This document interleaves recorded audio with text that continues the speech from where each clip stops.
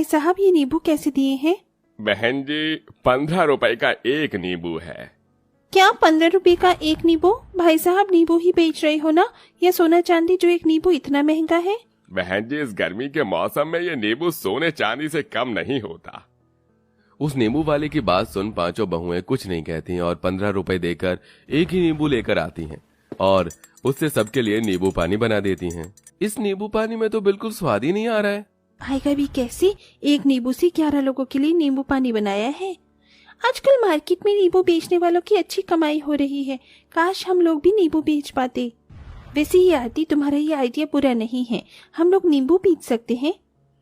लेकिन कैसे? हमारे पास तो एक से दूसरे नींबू खरीदने के लिए पैसे ही नहीं है और तुम नींबू बेचने की बात कर रही हो। जिस नींबू से हमने ये नींबू पानी बनाया है उसके बीज अभी रखे हुए हैं, तो क्यों ना हम उसके बीज अपने घर आंगन में बो दें। कुछ ही हफ्तों में हमारे घर आंगन में भी नींबू का पौधा उग जाएगा, फिर हम लोग भी आसानी से नींबू बेच सकते हैं। कनिका की बात सुन सभी लोग बहुत खुश होते हैं, जिसके बाद पांचों बहुएं उस नींबू के बीज को ले जाती हैं और उस घर के आंगन में बो देती हैं और हर रोज पानी देने लगती हैं। अरे सुनती हो, जरा एक गिलास पानी लेकर आना। ये लीजिए पानी। ये कैसा पानी है? ये पानी क्या तुम गर्म करके लेकर आई हो? जी नहीं, ये मटके का ही पानी है जो गर्मी की वजह से इतना गर्म हो चुका है। कितनी बार कहा था कि एक फ्रिज ले आओ, लेकिन आज तक आप लोगों से एक फ्रिज नहीं लाया गया। अगर फ्रिज होता तो हमें रोज यूं गर्म पानी न पीना पड़ता।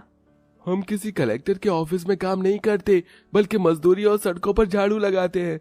कहाँ से लेकर आएंगे इतना महंगा फ्रिज? नमन की बात सुन सभी लोग चुप हो जाते हैं कि तभी आज जमनापुर वाली मौसी की चिट्ठी आई थी। वो कह रही थी कि वो अगले हफ्ते हमारे घर आएंगी। नहीं नहीं, तेरी मौसी की चिट्ठी लिखकर मना कर दे कि हम लोग बाहर जा रहे हैं। लेकिन क्यों माँ जी, आप मौसी जी को घर आने से क्यों रोक रही हो?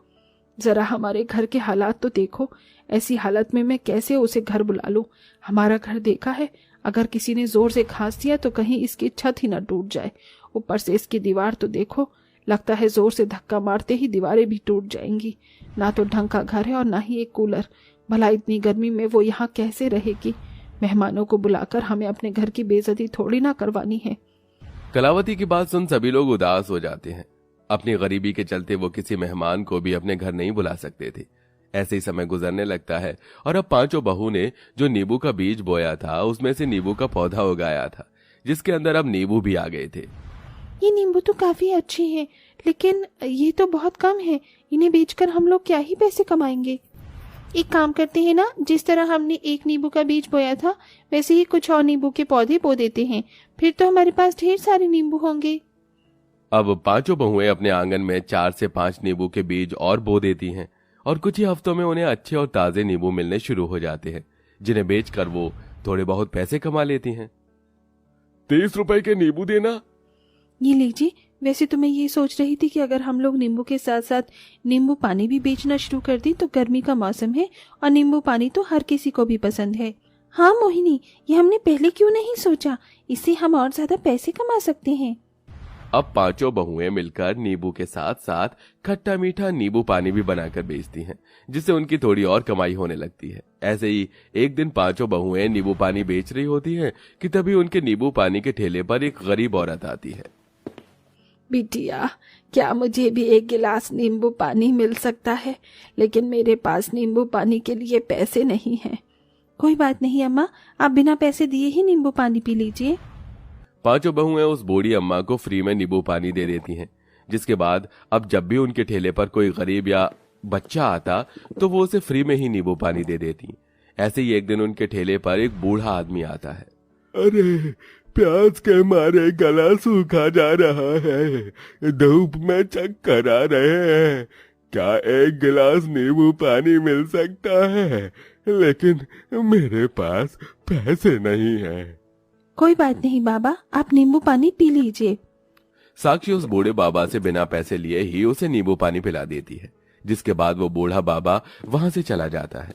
लेकिन अब अक्सर वो बूढ़ा बाबा पांचों बहू के नींबू पानी के ठेले पर आता है और रोज उनसे नींबू पानी लेकर पीता है, जिसे देख मोहिनी, इस बूढ़े बाबा ने तो हद ही कर दी, रोज फ्री में आकर नींबू पानी पी रहे हैं।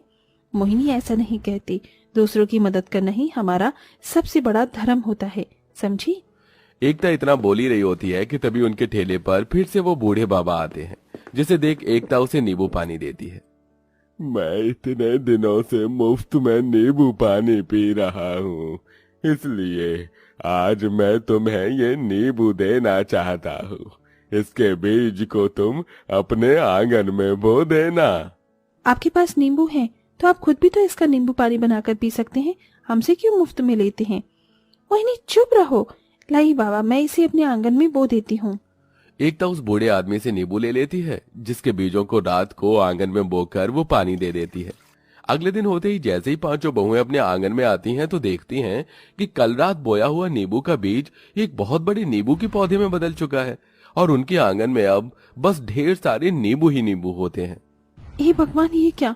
हमने कल रात को ही तो पौधे बोए था और आज सुबह इसमें इतने सारे नींबू आ गए। साक्षी इतना कह रही होती है कि तभी उसे पौधे में से कुछ नींबू सुनहरी रोशनी के साथ चमकते हैं और उनकी आंख नाक भी निकल आती है। हम जादुई नींबू हैं, इसलिए। ये क्या? ये नींबू तो बात कर रहे हैं। जिन बूढ़े बाबा ने तुम्हें ये नींबू के बीज दिए थे, वो बूढ़े बाबा कोई साधारण इंसान नहीं थे। तुम्हारी अच्छाई के चलते ही उन्हें तुम्हें ये बीज दिए ताकि हम तुम्हारे काम आ सकें। हम जादुई हैं तो हम कुछ भी बना सकती हो हमसे तुम, समझे? क्या तुम सच कह रहे हो? इसका मतलब हम इन जादुई नींबू की मदद से घर, कूलर, फ्रिज, बेड, कुर्सी सब कुछ बना सकते हैं। हाँ, क्यों नहीं? उन जादुई नींबू की बात सुन पांचों बहुएं अब बहुत ज्यादा खुश होती हैं और जिसके बाद अब जादुई नींबू की मदद से वो सबसे पहले अपने घर की मरम्मत करके उस टूटे फूटे घर को नींबू के घर में बदल देती हैं। जिसके बाद अब वो नींबू से फ्रिज बनाती हैं और साथ ही साथ कूलर और इसी के साथ घर में इस्तेमाल होने वाले काफी सारे सामान भी बनाती हैं। नींबू से बना होने के बाद भी वो घर इन पत्थर जैसा मजबूत था। वहीं नींबू से बने हुए फ्रिज और कूलर बिल्कुल असली फ्रिज कूलर की तरह ही काम कर रहे थे। मुझे तो यकीन ही नहीं हो रहा है कि मैं नींबू से बने हुए घर में रह रही हूँ, नींबू से बने हुए कूलर की ठंडी ठंडी हवा खा रही हूँ और नींबू से बने हुए फ्रिज का ठंडा पानी पी रही हूँ। ये सब तुम्हारी वजह से ही हो पाया है। अगर तुम लोग नींबू के बीज न बोती तो कभी ऐसा नहीं होता। अब सारा परिवार नींबू से बने घर में आराम से रहने लगता है। वहीं पांचों बहुएं भी अब नींबू पानी के साथ साथ नींबू का अचार और नींबू से बनी हुई 3-4 तरह की चीज बनाकर बेचती हैं। ऐसे ही एक रोज पांचों बहुएं अपने ठेले पर इस सारा सामान बेच रही होती हैं कि तभी क्या हुआ मोहिनी? अरे इस गर्मी में इन सीढ़ियों की वजह से मेरे हाथ पैर छिल गए। देखो कैसे गर्दन के पास भी खमौरियां हो गई हैं। मेरी भी कुछ ऐसी ही हालत है। गर्मी में पांचों बहुएं अपनी साड़ी को लेकर काफी ज्यादा परेशान होती हैं कि तभी एकता के दिमाग में एक ख्याल आता है। मैं सोच रही थी कि क्यों ना हम लोग अपने लिए नींबू से साड़ी बनाए। तुमने देखा नहीं नींबू से बना हुआ घर हमारा कितना ठंडा रहता है। अगर हम लोग नींबू से साड़ियां बनाएंगे तो हमें ना ही तो गर्मी लगेगी और ना ही कोई परेशानी होगी। एकता की बात सुन चारों बहुएं पहले तो हंसती हैं, फिर उन्हें भी एकता का आइडिया काफी ज्यादा पसंद आता है। जिसके बाद अब पांचों बहुएं मिलकर उन जादुई नींबू की मदद से अपने लिए नींबू की साड़ियां बनाती हैं, जिन्हें पहनकर उन्हें बिल्कुल भी गर्मी नहीं लगती। इन नींबू की साड़ियों को पहनकर तो बिल्कुल गर्मी नहीं लग रही है। ऐसा लग रहा है कि जैसे मैं बर्फ के घर के अंदर बैठी हूँ। इतनी ठंडक महसूस हो रही है मुझे। आखिरकार हमारी सारी परेशानियां दूर हो गई, घर, कूलर, फ्रिज, कपड़े, सब चीज को लेकर। हे भगवान, तेरा लाख लाख शुक्र है। आज मुझे यकीन हो गया कि भगवान के घर देर है, अंधेर नहीं। अब पांचों बहुएं उन जादुई नींबू को बाहर के शहरों और गांवों में आधे दामों में सप्लाई करती हैं, जिससे अब हर कोई उनसे ही नींबू खरीदता है और अब धीरे धीरे उनकी फाइनेंशियल कंडीशन भी ठीक होने लगती है।